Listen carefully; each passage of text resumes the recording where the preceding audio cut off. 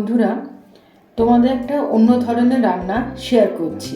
এটা কিন্তু পুরনো দিনের রান্না, এখন বাংলার জীবনে খুব একটা দেখা যায় না, মানে মানুষ খুব একটা করেন না। কেন করেন না আমি জানি না, কারণ আমার দিদিমা ছোটোবেলায় করে খাইয়েছিলেন। এটা হচ্ছে মাখনা, মানে পদ্ম ফুলের বীজ যাকে বলে। তো সেগুলো প্রসেস করেই আসে, খুব কষ্ট করেই হয়, ভেজ প্রোটিন বলতে পারো। আর একটা জিনিস বলে রাখি, মা লক্ষ্মী খুব ভালো প্রসাদ, মানে মহাপ্রসাদ বলতে পারো। সামনে তো দীপাবলি আছে, যাদের অনেকের বাড়িতে দীপান্বিতা কালী পুজোয় অলক্ষ্মী বিদে হয়, লক্ষ্মী পুজো হয়, তোমরা চাইলে এই জিনিসটা করতে পারো, খেতে খুবই সুস্বাদু হয়। এটা আমি বড় কাপে 1 কাপ নিয়েছি, আর বড় চামচে 2 চামচ মাখন দিয়ে একটু হালকা ফ্রাই করে নিয়েছি লো ফ্লেমে। সবসময় লো ফ্লেমে করবে, নাহলে পুড়ে যাওয়ার সম্ভাবনা থাকে। কি করে বুঝবে মাখানা ফ্রাই হয়েছে কি করে?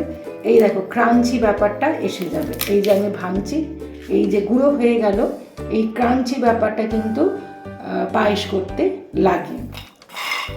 চলো রান্নার পরবর্তী ধাপে যাই। এখানে আমি এই কাপের 1 কাপ এখানে দুধ নিচ্ছি।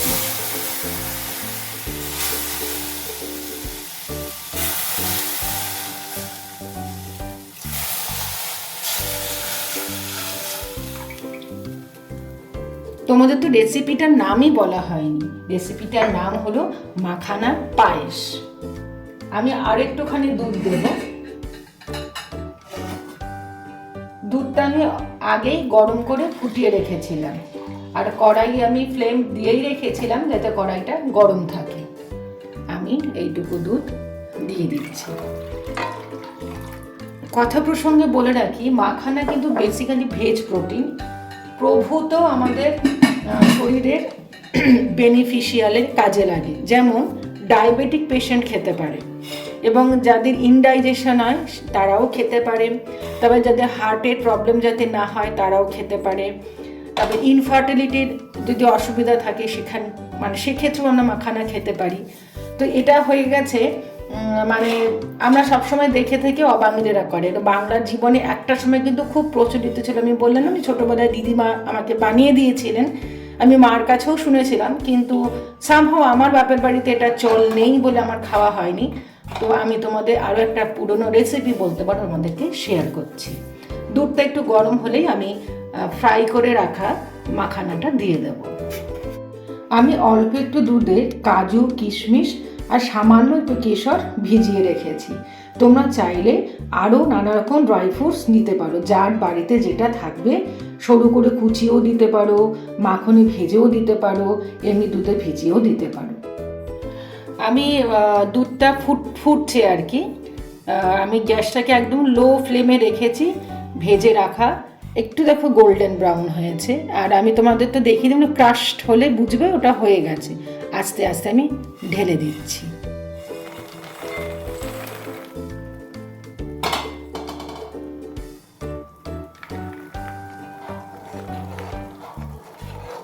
খুব ভালো করে নাড়াতে হবে, একটা ক্রিমি টেক্সচার এসে যাবে, খেতে খুবই ভালো হয়। শুধু পায়েস নয় বন্ধুরা, এই মাখানা দিয়ে নানা রকম রেসিপি হয়। আমি যদি সুযোগ হয় তোমাদেরকে শেয়ার করব, যদি সম্ভব হয় তাহলে শেয়ার করব। বন্ধুরা, আমি 10 মিনিট ধরে দুধের সঙ্গে এই মাখানাগুলো আমি নাড়ছিলাম। তোমরা দেখো চুপসে গেছে, কত বড় ফোলা ফোলা ছিল। যত অ্যাবজর্ব করবে তত জিনিসটা ছোট হয়ে যাবে। এটাকে বেশ কিছুক্ষণ নাড়িয়ে নাড়িয়ে নাড়িয়ে ক্ষীর হবে, পায়েস হবে, এটাকে টানাতে হবে। আমি প্রায় 10 মিনিট নাড়িয়েছি।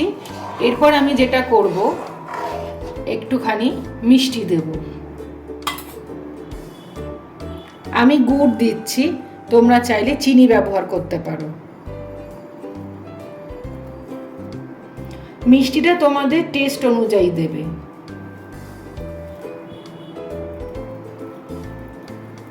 খুব কিটকিটে মিষ্টি কিন্তু এটাতে ভালো লাগে না। আমি 2 বার দিলাম, আর এইটুকু দিচ্ছি।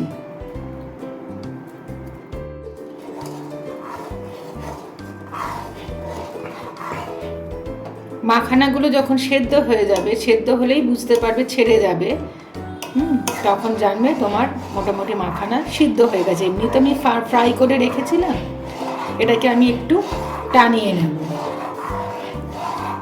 আমি এটা ঢাকা দিচ্ছি না, ঢাকা দিলে উতলে পড়তে পারে।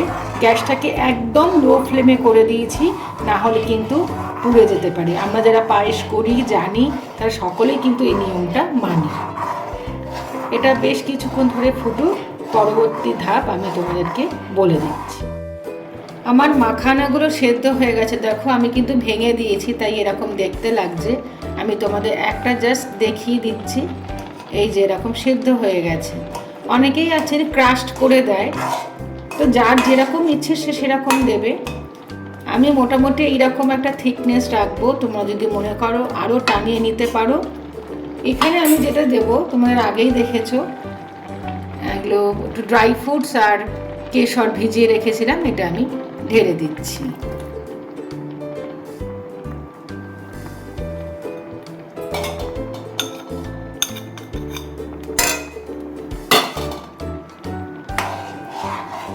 আমি গুড় দিয়েছি বলে কালারটা এরকম হয়েছে, চিনি দিলে সাদাই থাকবে।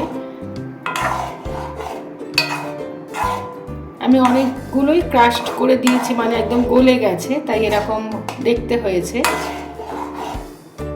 আমার মাখানার পায়েসটা তৈরি হয়ে গেছে।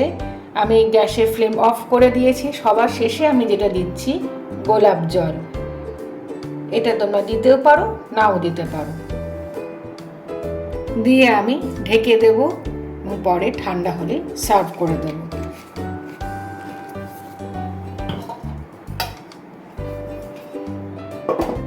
তৈরি হয়ে গেছে আমার মাখানার পায়েস। আর আমি গোলাপ জল দিয়েছি বলে আমি কিন্তু এলাচের গুঁড়ো দিইনি। যারা গোলাপ জল পারো না এটা নিতে, গন্ধটা নিতে, তারা অনায়াসে এলাচ দিতে পারো। চিনি দিলে জিনিসটা সাদা দেখাবে। আমি যেহেতু গুড় দিয়ে করেছি তাই একটু অন্যরকম কালার এসছে। আমি এই রকম রেখেছি, তোমরা চাইলে আরও টানিয়ে নিতে পারো। তোমরা অবশ্যই বলো তোমাদের এই রেসিপিটি কেমন লেগেছে।